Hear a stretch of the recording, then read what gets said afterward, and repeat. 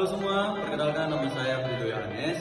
Nah, di sini kelompok kami akan membahas hukum bisnis, di mana topik hukumnya perusahaan melalui studi kasus nyata, yaitu perusahaan PT Bank Sentral Asia (TBK) atau disebut BCA. Nah, sebagai salah satu bank terbesar di Indonesia, BCA merupakan salah satu contoh ideal untuk melihat bagaimana prinsip hukum perusahaan diterapkan dalam praktik bisnis. Nah, di sini kami akan membahas mulai dari objek, subjek hukum, perjanjian bisnis, risiko hukum, serta proses pembentukan hingga kemungkinan pembubarannya. Sesuai dengan Undang-Undang Nomor 40 Tahun 2007 tentang Perseroan Terbatas KUH Perdata dan Undang-Undang Nomor 10 Tahun 1998 tentang perbankan. Selanjutnya dijelaskan oleh teman saya. Baik, perkenalkan saya Muhammad Al-Faujan. Saya di sini ingin menjelaskan objek dan subjek hukum. Dalam hukum, perusahaan subjek hukum adalah pihak yang memiliki hak dan kewajiban hukum untuk kasus PT BCA. Subjek hukumnya meliputi: pertama, PT BCA terbuka itu sendiri sebagai badan hukum yang diakui berdasarkan pasal 1 angka 1 Undang-Undang Nomor 40 Tahun 2007. Dua, direksi dan dewan komisaris sesuai pasal 92 dan 108 Undang-Undang yang sama, yang berwenang menjalankan serta mengawasi perusahaan. Ketiga, pemegang saham seperti PT Dwi Muria, Investama Andalan, Keluarga Hartono, dan investor publik. Sedangkan objek hukumnya adalah seluruh kegiatan usaha BCA, yaitu jasa keuangan dan perbankan sebagaimana diatur dalam pasal 1 angka 2 Undang-Undang Nomor 10. Bank adalah badan usaha yang menghimpun dana dari masyarakat dalam bentuk simpanan dan menyalurkannya kepada masyarakat dalam bentuk kredit atau bentuk lainnya. Jadi semua aktivitas BCA dari tabungan, pinjaman hingga layanan digital, m-banking termasuk dalam objek hukum perusahaan ini. Perkenalkan, nama saya Fajar. Di sini saya akan menjelaskan tentang perjanjian bisnis di BCA. Nah, sebagai lembaga perbankan, BCA terikat banyak perjanjian. Contohnya kredit antara bank dan nasabah, kontrak kerjasama dengan vendor IT, dan kerjasama sistem pembayaran digital. Nah, semua perjanjian ini harus memenuhi syarat sah perjanjian sesuai pasal 1320 KUH Perdata, yaitu yang pertama kesepakatan para pihak, dan yang kedua kecakapan untuk membuat perjanjian, dan ketiga suatu hal tertentu, empat sebab yang halal. Nah, sebagai contoh studi kasus pada tahun 2020, OJK pernah menegur beberapa bank termasuk BCA. Nah, terkait transparansi perjanjian kredit karena ada potensi ketidakseimbangan hak antara nasabah dan bank. Nah, kasus ini mengingatkan pentingnya prinsip kehati-hatian atau prudential principle.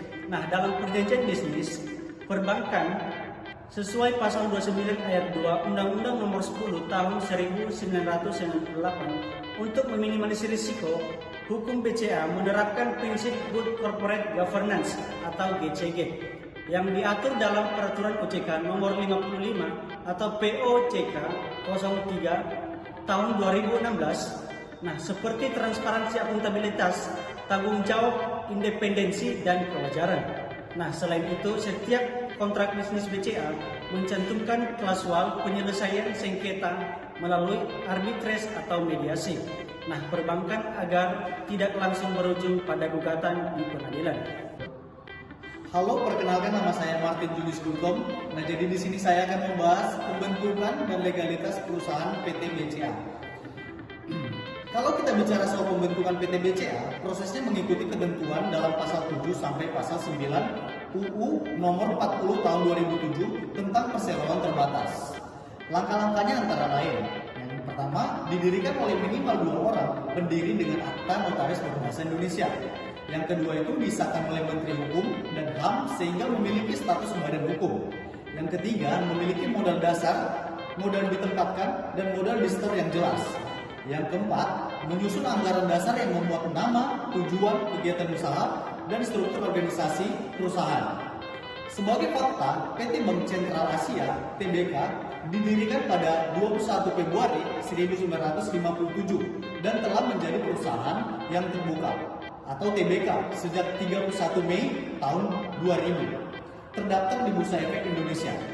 Artinya BCA tunduk juga pada UU nomor 8 tahun 1995 tentang pasar modal, terutama dalam hal transparansi, laporan keuangan, dan perlindungan investor. Selanjutnya akan dijelaskan oleh teman saya. Halo, perkenalkan nama saya Rendelus Mudari sendiri. Saya menyampaikan tentang kasus hukum dan pembubaran. Dalam prakteknya, BCA pernah menghadapi kasus hukum juga. Misalnya, gugatan nasabah terkait pencairan dana yang dianggap tidak sah. Kasus ini terjadi pada tahun 2019 di Pengadilan Negeri Jakarta Pusat. Namun, karena BCA dapat membuktikan prosedur perbankan dan perjanjian nasabah sesuai hukum, pengadilan memutuskan BCA tidak bersalah. Ini menunjukkan bagaimana kontrak yang sah secara hukum bisa menjadi perlindungan hukum bagi perusahaan. Lalu, kalau seandainya BCA dibubarkan, maka sesuai pasal 142 sampai 152 Undang-Undang Nomor 40 tahun 2007, pembubaran dapat terjadi karena yang pertama, keputusan RUPS. Yang kedua, jangka waktu berdiri berakhir. Yang ketiga, putusan pengadilan. Dan yang keempat, pencabutan izin usaha oleh OJK. Setelah dibubarkan, dilakukan likuidasi, di mana seluruh aset dijual untuk membayar kewajiban dan sisa kekayaan dibagikan kepada pemegang saham. Terima kasih. Jadi dari pembahasan yang kita bisa lihat tadi, bahwasannya Pak Ujan mengatakan bahwa PT BCA sebagai badan hukum tunduk pada berbagai peraturan perusahaan dan perbankan. Sedangkan Pak Jan mengatakan perjanjian bisnis harus sah dan adil menurut KUH Perdata. Sedangkan Martin mengatakan proses pendiriannya diatur oleh Undang-Undang Perseroan Terbatas. Dan Randy mengatakan dari seluruh kegiatan serta pembubarannya tetap dalam koridor hukum nasional. Sekian dari presentasi video kami ucapkan terima kasih.